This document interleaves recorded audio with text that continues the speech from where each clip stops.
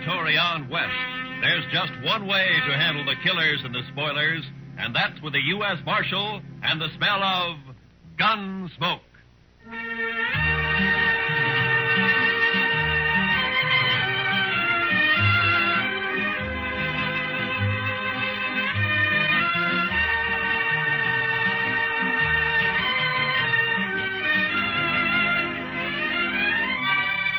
Gunsmoke, starring William Conrad. The story of the violence that moved west with young America. The story of a man who moved with it. Matt Dillon, United States Marshal.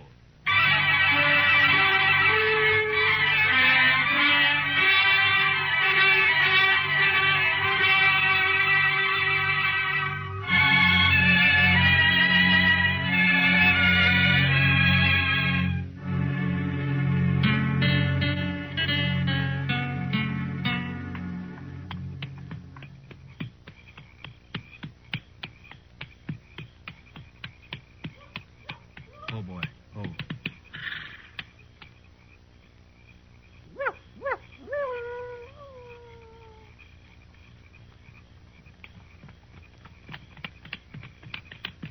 Wild Hog? Wild Hog, that you? Wild Hog, you there? Who are you? Put that spear down. Listen, Wild Hog and me are friends, big friends. You make much noise. You're Cheyenne, ain't you? You must be with Wild Hog. What name, you white man? I'm Ord Spicer. Ord Spicer, you hear? You bother me and you'll be in big trouble with Wild Hog. No trouble. Tell these other redskins to put their spears down. I need more room. Come, white man. Are you with Wild Hog or ain't you? Much talk, come. All right. Any tricks, I'll shoot you first.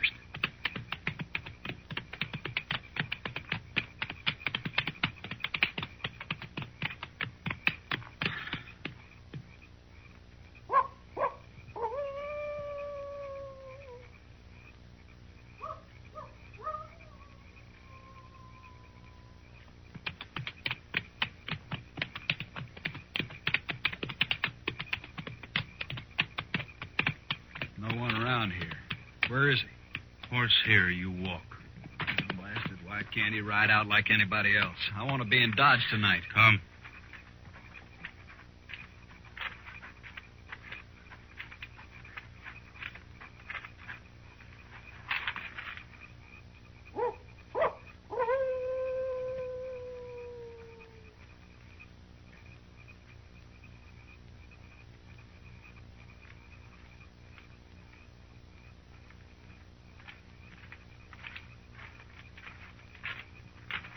Wild Hog? It's me. It's Ord Spicer, all right. Yes. These braves of yours sure keep you covered. You can't tell one from another, except you, of course. I even thought maybe I'd run into the wrong Indians. No moon tonight. Oh, I recognized them as Cheyennes, all right, but you never know with... With what, Spicer? Nothing, Wild Hog. Forget it. You never know with Indians. Now, Wild Hog, you and me are friends. Don't get so touchy. I didn't mean nothing. We are not friends. I pay you. That is all. Sure we're friends. You're about the most educated Indian I ever met, that's why. I learn only English from the white man. Nothing else. Well, you sure had a good teacher, fella. General Custer, many bitter moons ago. I was a scout. Don't matter. I never heard of him. He was killed. Well, that's nothing to do with me. You got the money, Wild Hog? Yes. Here. $500. 500. Our deal was for 1,000. You will get the rest later. But I'm running a big risk for you Cheyennes. This is mighty dangerous work, Wild Hog. It will be even more dangerous if we do not meet again, Spicer. Oh, Wild Hog, you can trust me. I'll be back, you know that. Yes. When? Ooh, 2-3 days. Where'll I find you? Make camp near here. We'll find you. Okay. I'll get on into Dodge now. Goodbye, Wild Hog. Don't get drunk, Spicer. Never touch it.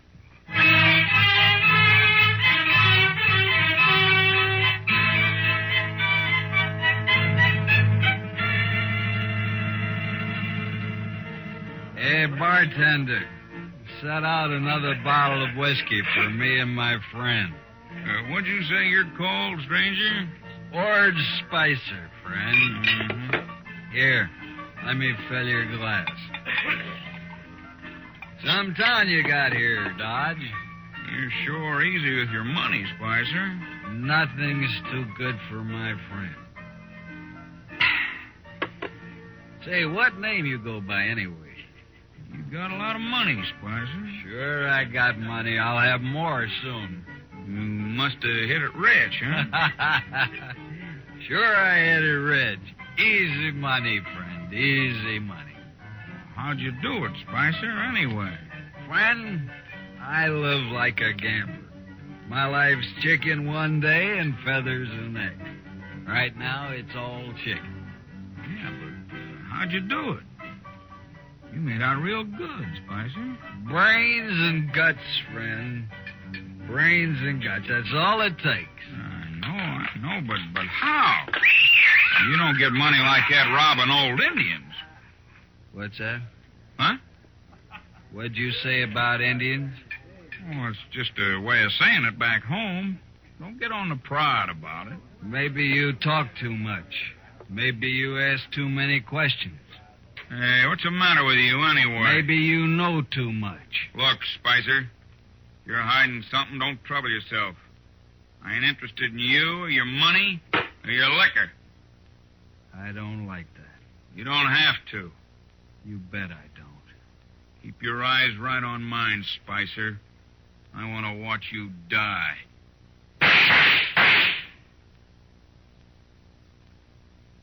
Spicer.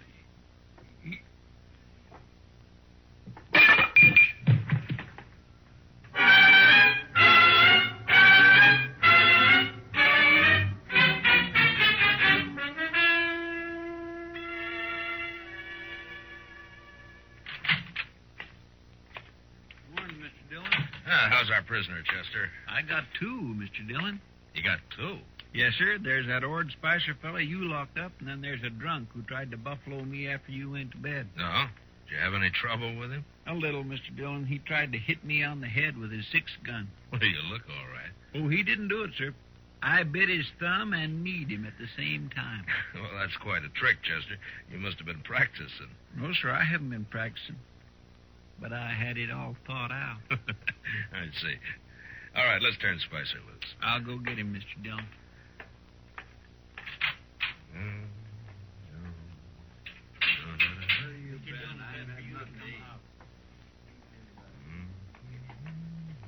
About time.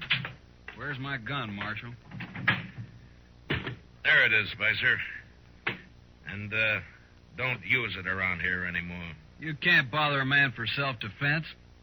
I just want you to stay out of Dodge. One kill at your limit here, even in self-defense. I ain't afraid of you, Marshal. Besides, this is a poor town anyways. You can have it.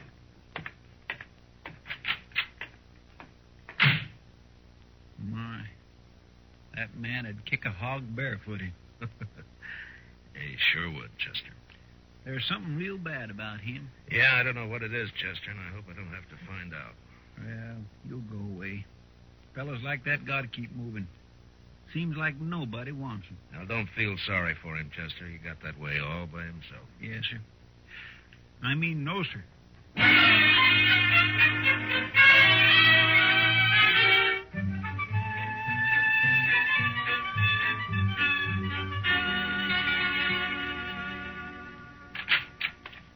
Morning, Marshal. Those graders get here yet, Jack? Yep. Come in on the Santa Fe yesterday, Marshal. 4 of them. Right back here. Oh, good. Beautiful guns, ain't they? Just beautiful. You're a good storekeeper, Jack, but I only need 2 of them. Well, I can make you a good price on all 4, Marshal. It wouldn't be any good if I don't need 4, would it? Well, Maybe not, but I never know. I got half a dozen 44 Sharps rifles, same shipment. Thought I'd be stuck with them forever. What with the big 50 out now, there ain't a Buffalo Hunter to use a 44 anymore. I don't see any 44s. Well, that's just what I'm telling you. Feller stopped in just this morning, took all 6. Paid me $75 a piece, too.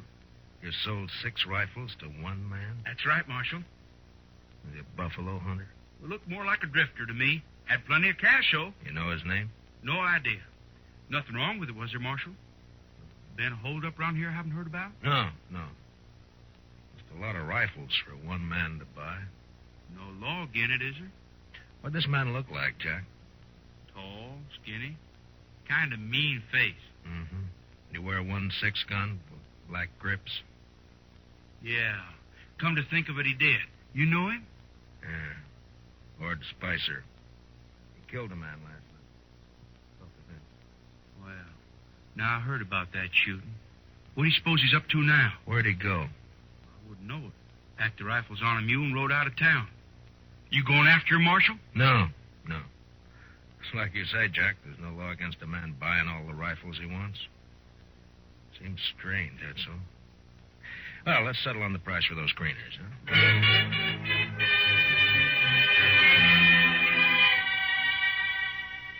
Next day, Chester and I took the new greeners and rode out for a prairie chicken. We had a sack full within an hour, and we headed back to town, arguing on the way as to whether we'd bake the birds whole or just cut the breasts off and broil them. We still hadn't settled the matter when we reached Dodge, and we never did. The stage from Hayes City had arrived half-hour before, bringing with it the bodies of 2 men found alongside the road. They were just laying there, Marshal, about 5 miles back. Both shot dead, but I thought I'd better bring them in anyway. Did you recognize them, Pete? No, Marshal, I didn't. The doc says they're a couple of riders from the T-Bar outfit. Yeah. He got them up in his office now. You bring in their horses? No sign of a horse, but there was an awful lot of tracks around. All right. I'll go see if Doc's found anything. Hang around, Pete, will you? I may want some more information from you. Okay if I do my waiting at the Alfraganza, Marshal? Yeah, sure. I'll put our horses up, Mr. Dillon. Yours, Chester. I may want mine. Yes, sir.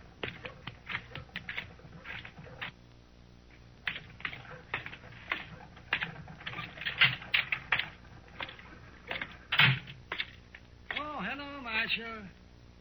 Just finishing up here. Be right with you. How'd they die, Doc? Well, they got half shot and then shot dead, Marshal.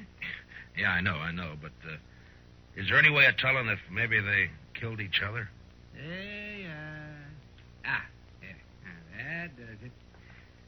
No, there is, Marshal, but I'd be mighty surprised if they did. Now, what do you mean, Doc? Well, they were cowboys, Marshal. Cowboys just don't generally carry buffalo guns. Here, take a look. What? I dug some of these out of each of them. Those are slugs from a Sharps rifle, Marshal. Yeah, sure are. Mm-hmm. That one's the best I found right there. Mm-hmm. What caliber did you say this is, Doc? Oh, I'd guess 44. 44 Sharps. Mm-hmm. Not many 44s in use around here since the big 50 came out. I know a man with 6 of them, Doc. What do you think of that? I'll let you know when I get back. So long, Doc.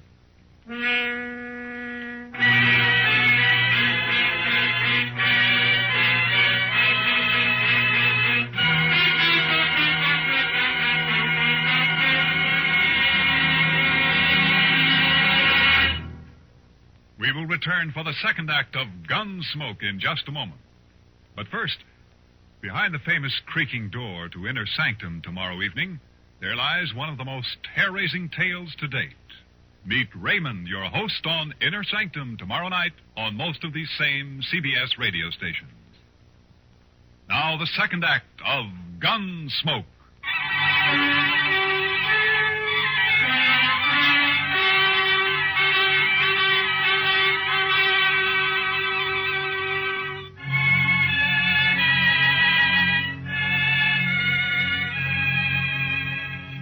The stage driver rode with me back to where he'd found the bodies, and from there I rode on alone. It was an easy trail at first. There must have been more than a dozen horses running together. Along toward dusk, however, they suddenly split up, and I was faced with two different trails to follow. I made a gambler's choice and rode harder than ever. There was only an hour of light left to track by when my horse stepped into a prairie dog hole, snapped his leg, and went over hard. My head glanced off a rock. There was a shower of light, and nothing.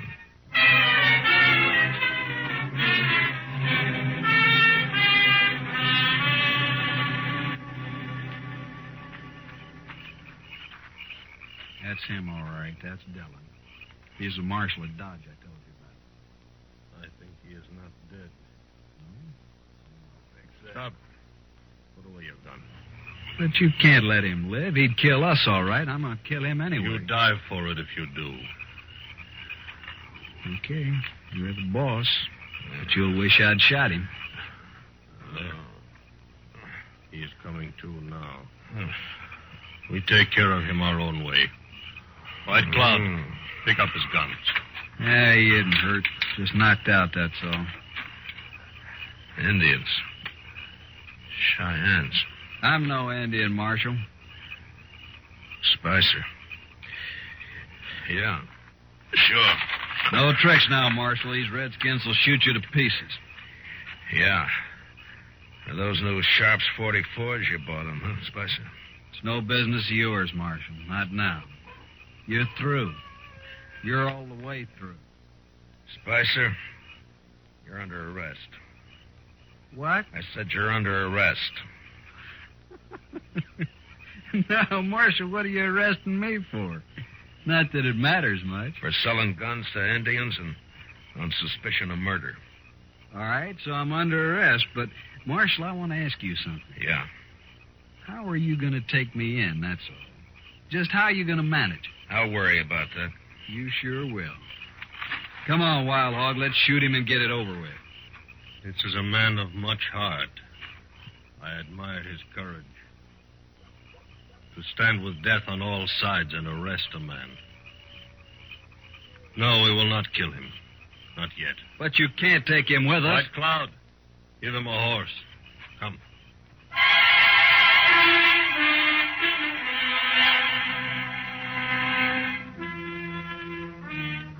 They gave me a horse, all right, with the T-Bar brand on it. But I was surrounded by 6 armed Indians and a no-good white who'd shoot me any time he thought he could get by with it. Wild Hog rode up ahead, leading the party northwest, apparently to rendezvous with a bunch that had split off from this one. Spicer stayed right alongside of me. Well, am I still under arrest, Marshal? You're still guilty, aren't you? Sure. I'll admit it. Don't matter, being as how you'll never see Dodge again or any other place. What are you doing with these Cheyennes here anyway, Spicer? I got a deal with Wild Hog, Marshal. Real good deal. Killing white men, part of it? They don't need any help there, Marshal. They like to kill white men. Maybe they'll kill you before they're through. No, I'm too valuable to them. They like me. No? Now, why would they like you? Well, they didn't at first, but I talked them into it. Talked Wild Hog into it. He's a smart fella, that Indian. Saw right away what I could do for him. Like buying those rifles. What else did you do for him? Well, I stopped those 2 riders with the horses. Told them I was sick. Got them off guard. Those Cheyennes were on before they could move. It was real easy. You're kind of like a Judas sheep in a slaughter pen, huh? Yeah, that's it, Marshal. Pays better, though. I got $500 coming since we find a ranch or 2 to raid. I see. Pretty good deal, huh? You know, I think a lot more of these Indians than I do of you, Spicer. I don't like that, Marshal. At least they got an argument on their side. But you're just a renegade white. I'll kill you for that, Marshal. Now, shut up. All right, you've asked for it. Shoot me and Wild Hog will split you wide open, Spicer. Besides, he's spotted the rest of his party up there. Huh? Oh, yeah. All right for now, Marshal. But I'll see you dead. I promise I'll see you dead. I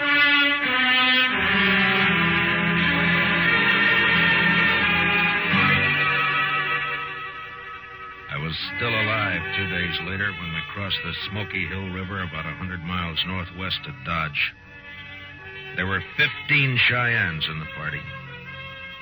And day and night, 2 of them, by turns, never took their eyes off of me. They seemed anxious for an excuse to cut my throat. I had to watch every movement I made. Looked pretty hopeless. Wild Hog was smart, and he took no chances. But often he and I rode along together, though always flanked by my 2 warrior guards. Country is greener already.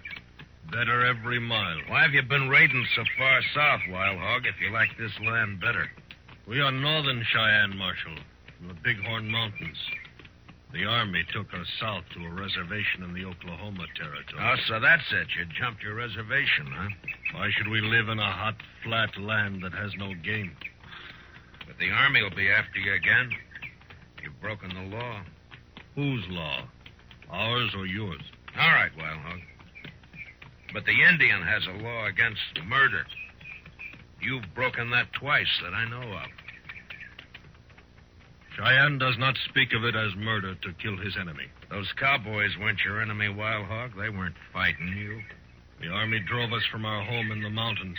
The Army took our horses from us. We are going back home now on other horses, that's all. That doesn't explain your killing. Those men were peaceful. Marshal, if I could, I would kill every white man in the country. But I cannot. The Indian nations cannot. The red man has always fled before the white man. Those cowboys weren't chasing you? We needed their horses. They didn't even have a chance to fight. You tricked them. Is it only the white man who is allowed to trick his enemy? I was young once, Marshal, but I have seen too much trickery and lies and destruction and broken promises. I'll admit that's happened, Wild Hog. But you know, not every man is a liar and a killer. No. There are white men like you. And there are white men like Spicer. Spicer. Tell me something. Would you consider Ord Spicer guilty of murder? The Indian is Spicer's enemy, not his own people. Therefore, it is murder. Then you understand why it's Spicer I came after, and not you. Why not me, Marshal? You're the Army's problem, not mine. I expect to fight the Army many times before we reach the mountains. Yeah.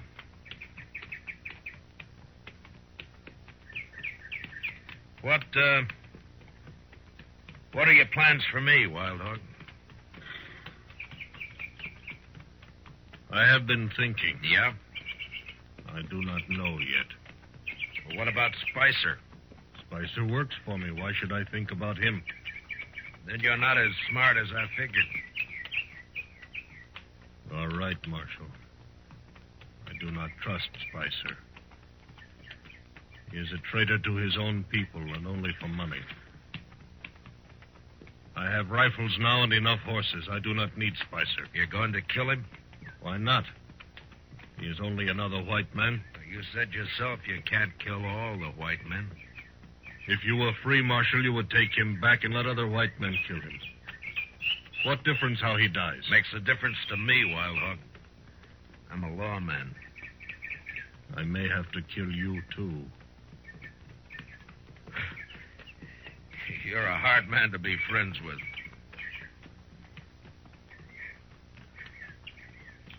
I will explain to you, Marshal. It matters little about any Indian. Few more winters and not many of my people will be alive. I do not complain of our fate. Tribe follows tribe, nation follows nation. It is the law of nature. The white man's turn to be defeated and to disappear will come.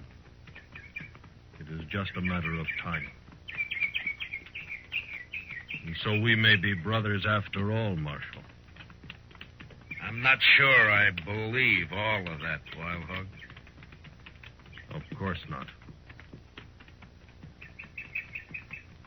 Still, I recognize you as a warrior among your people, as I am a warrior among mine.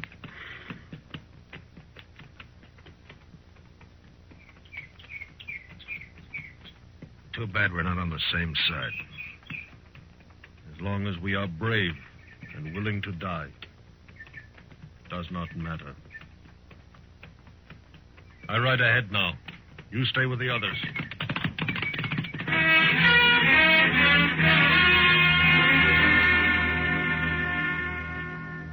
That night, we reached the North Fork of the Solomon River and camped with the shadow of low hills not many miles ahead. Wild Hog ordered my guards to keep me some distance from the rest of the party. So I pulled up some buffalo grass and bedded down on it early. I watched the stars until sleep came.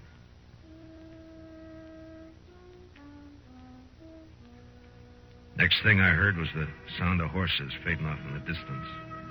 The two braves guarding me had disappeared, so I got up and walked carefully back to where the Cheyennes were camped. There, a couple of horses stood tied to a bush, but they were alone. The Indians had left. I stopped for a moment to listen. And then, suddenly, I saw the figure of a man lying in the moonlight about 20 feet off.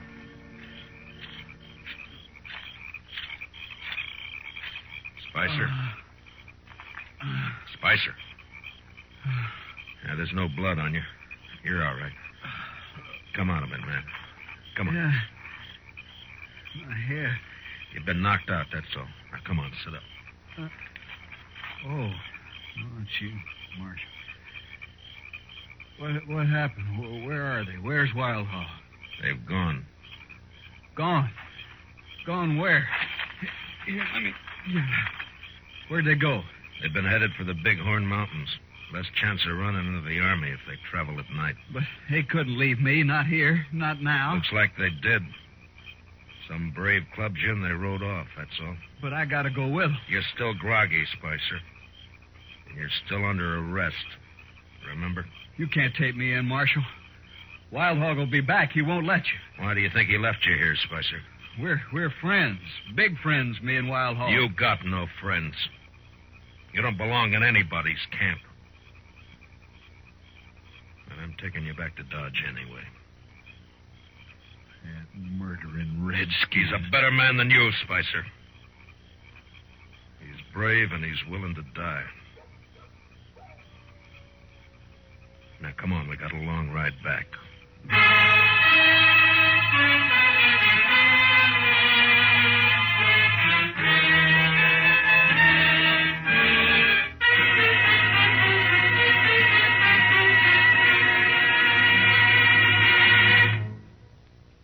Gunsmoke, under the direction of Norman MacDonald, stars William Conrad as Matt Dillon, U.S. Marshal.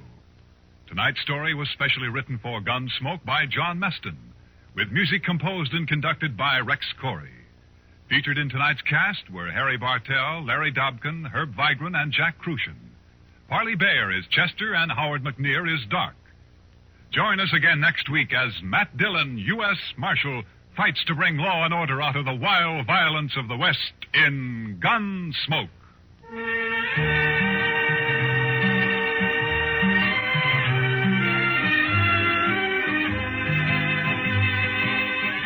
Remember, every Saturday night on CBS Radio, Tarzan brings you startling new adventures. Listen for Gold of the Sudan later this evening. Clancy Cassell speaking. And remember, Robert Q's Waxworks brings you the top records and recording artists on the CBS Radio Network.